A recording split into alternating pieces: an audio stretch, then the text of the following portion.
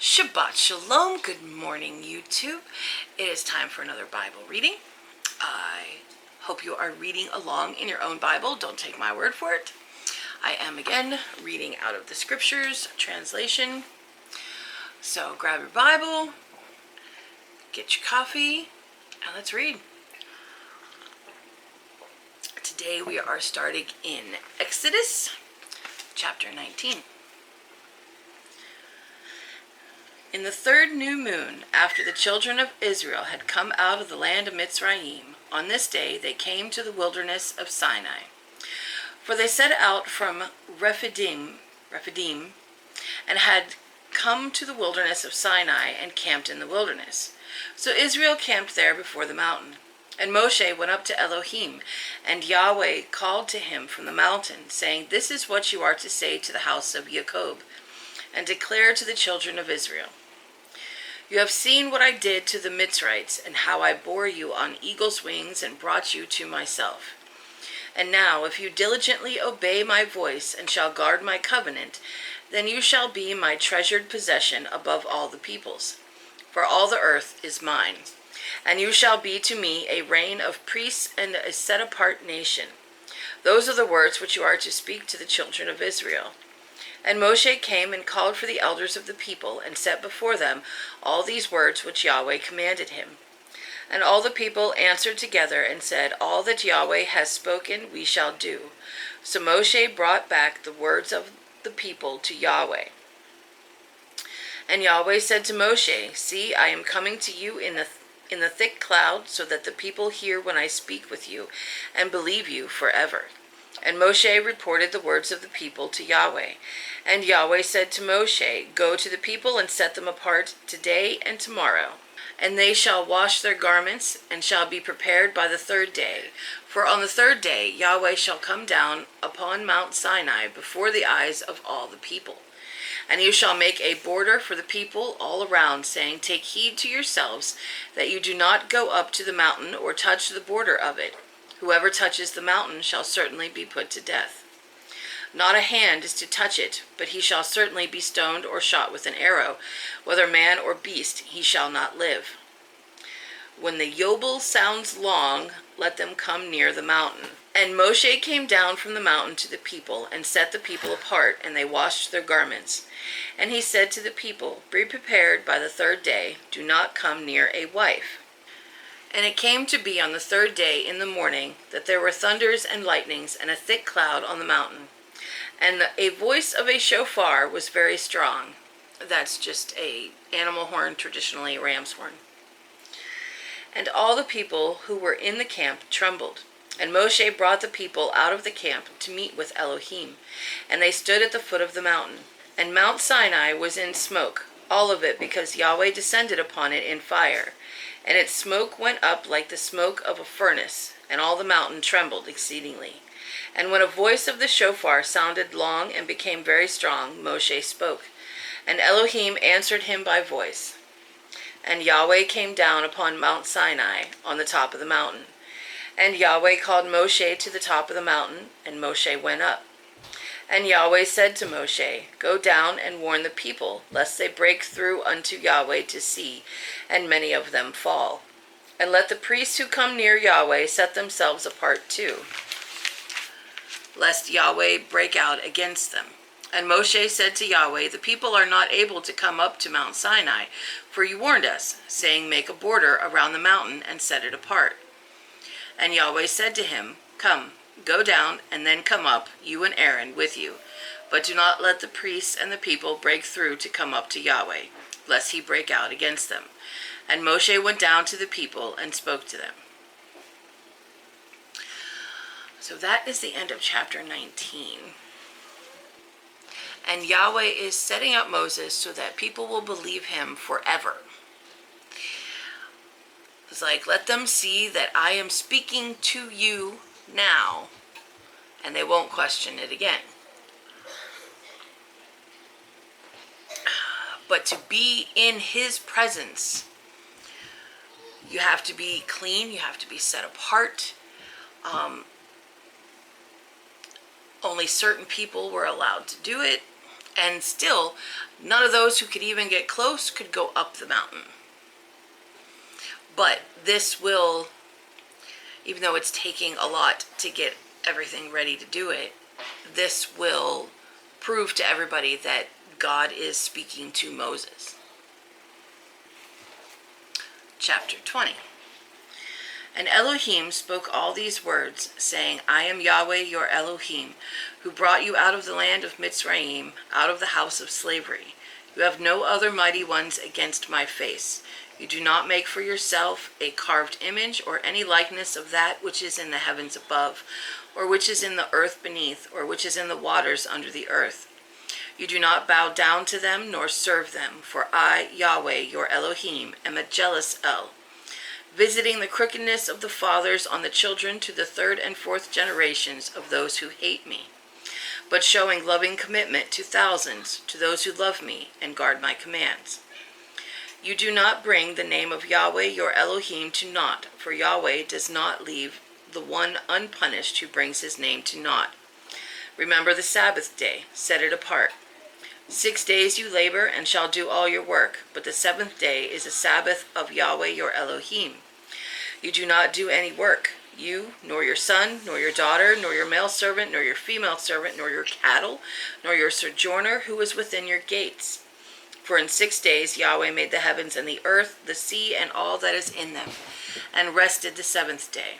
Therefore Yahweh blessed the Sabbath day and set it apart. Respect your father and your mother, so that your days are prolonged upon the soil which Yahweh your Elohim is giving you. You do not murder, you do not commit adultery, you do not steal, you do not bear false witness against your neighbor. You do not covet your neighbor's house, you do not covet your neighbor's wife, nor his male servant, nor his female servant, nor his ox, nor his donkey, or whatever belongs to your neighbor. And all the people saw the thunders and lightning flashes, the voice of the shofar, and the mountain smoking. And the people saw it, and they trembled, and stood at a distance. And said to Moshe, You speak with us, and we hear, but let not Elohim speak with us, lest we die. And Moshe said to the people, Do not fear, for Elohim has come to prove you, and in order that his fear be before you, so that you do not sin. So the people stood at a distance, but Moshe drew near, and thick darkness where Elohim was. And Yahweh said to Moshe, Say this to the children of Israel, You yourselves have seen that I have spoken to you from the heavens. You do not make besides me mighty ones of silver, and you do not make mighty ones of gold for yourselves. Make a slaughter place of earth for me, and you shall slaughter on it your ascending offerings and your peace offerings, your sheep and your cattle. In every place where I cause my name to be remembered, I shall come to you and bless you. And if you make me a slaughter place of stone, do not build it out of cut stone, for if you use your chisel on it, you have profaned it. Nor do you go up by steps to my slaughter place, lest your nakedness be exposed on it. That is the end of chapter 20. Sound familiar? 10 Commandments, maybe? But the big takeaway on this is there was this big show so that the people would see that it's actually God speaking to Moses. That way they believe Moses in the future. And the people are so afraid of God himself that they said, yeah, we'll listen to you, Moses, but you go talk to God. We'll take your word for it, but we don't want to talk to God. You go talk to God. Because they were afraid. Like, really afraid. Chapter 21. These are the right rulings which you are to set before them. When you buy a Hebrew servant, he serves 6 years, and in the 7th year he goes out free for naught. If he comes in by himself, he goes out by himself. If he comes in married, then his wife shall go out with him. If his master has given him a wife, and she has borne him sons or daughters, the wife and her children are her master's, and he goes out by himself. And if the servant truly says, I love my master, my wife, and my children, let me not go out free, then his master shall bring him before Elohim, and shall bring him to the door, or to the doorpost, and his master shall pierce his ear with an awl, and he shall serve him forever. And when a man sells his daughter to be a female servant, she does not go out as the male servants do. If she is displeasing in the eyes of her master, who has engaged her to himself, then he shall let her be ransomed. He shall have no authority to sell her to a foreign people because of him deceiving her. And if he has engaged her to his son, he is to do to her as is the right of daughters. If he takes another wife, her food, her covering, and her marriage rights are not to be diminished. And if he does not do these three for her, then she shall go out for naught without silver. He who strikes a man so that he dies shall certainly be put to death. But if he did not lie in wait, but Elohim delivered him into his hand, then I shall appoint for you a place where he is to flee. But when a man acts presumptuously against his neighbor to kill him by treachery, you are to take him even from my slaughter place to die. And he who strikes his father or his mother shall certainly be put to death. And he who kidnaps a man and sells him, or if he is found in his hand, shall certainly be put to death. And he who curses his father or his mother shall certainly be put to death. And when men strive together, and one strikes the other with a stone or with his fist, and he does not die, but is confined to his bed, if he rises again and walks about outside with his staff, then he who struck him shall be innocent. He only pays for lost time and sees to it that he is completely healed. And when a man strikes his male or female servant with a rod so that he dies under his hand, he shall certainly be avenged. But if he remains alive a day or two, he is not avenged, for he is his property. And when men strive, and they shall smite a pregnant woman, and her children come out, yet there is no injury, he shall certainly be punished accordingly, as the woman's husband lays upon him. And he shall give through the judges. But if there is injury, then you shall give life for life, eye for eye, tooth for tooth, hand for hand, foot for foot, burn for burn, wound for wound, lash for lash. And when a man strikes the eye of his male or female servant and destroys it, he is to let him go free for the sake of his eye. And if he knocks out the tooth of his male or female servant, he is to let him go free for the sake of his tooth. And when an ox gores a man or a woman to death, then the ox shall certainly be stoned, and its flesh is not eaten, and the owner of the ox is innocent. However, if the ox was previously in the habit of goring, and its owner had been warned, and he had not kept it confined, so that it has killed a man or a woman, the ox is stoned, and its owner also is put to death. If a sin covering is laid upon him, then he shall give the ransom of his life. Whatever is laid on him, whether it has gored a son or gored a daughter, according to the right ruling, it is done to him. If the ox gores a male or female servant, he is to give to their master 30 shekels of silver, and the ox is stoned. And when a man opens a pit, or if a man digs a pit and does not cover it, and an ox or a donkey falls in it, the owner of the pit is to repay. He is to give silver to their owner, and the dead beast is his. And when the ox of a man smites the ox of his neighbor, and it dies, then they shall sell the live ox and divide the silver from it, and also divide the dead ox. Or if it was known that the ox was previously in the habit of goring, and its owner has not kept it confined, he shall certainly repay ox for ox, while the dead beast is his. Now we start into all the little laws. All the little laws of if you do this, then this happens, and yeah, there's a lot of these. This is going to go on for a while, and it may not be the most entertaining. Just to warn you. When I was trying to read the Bible through cover to cover the first time, this is where I got stuck. Not quite this early. It was a couple more chapters in, but it was so hard for me to get through that part, the laws, that eventually I stopped reading it and I never picked it back up.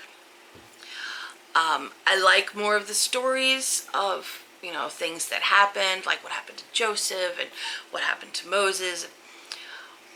The laws are a dry read. They're important, but it's not as entertaining. It's kind of like reading a law book because, well, It is a law book, a very, very old one.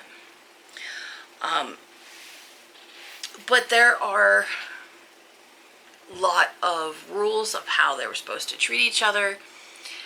And, you know, the Ten Commandments is like your main basics. And the rest of this is just kind of, most of it is supporting the Ten Commandments. Some of it are outliers that are like, seem to have nothing to do with the main 10. But there's a lot of rules. A lot of rules. Now, how I got through this section eventually was by listening to someone else do Bible videos and read through the Bible. And I read along with him. So I hope that this helps you get through parts that may not be as entertaining. Some people have trouble with the begots, all the different names. Me, it never bothered me. It's just like, all right, that person had that person, had that person, had that person. I'm never going to remember them all. But okay, we got baby, baby, baby, baby, baby. Gotcha. The laws are a little bit more intricate. A lot more intricate. But it's also trying to set up a fair system. But that is the end of the reading for today. We shall continue next week. I hope you join us, and I hope you're reading along in your own Bible. So, have a wonderful Shabbat. May the Father bless you. Shalom.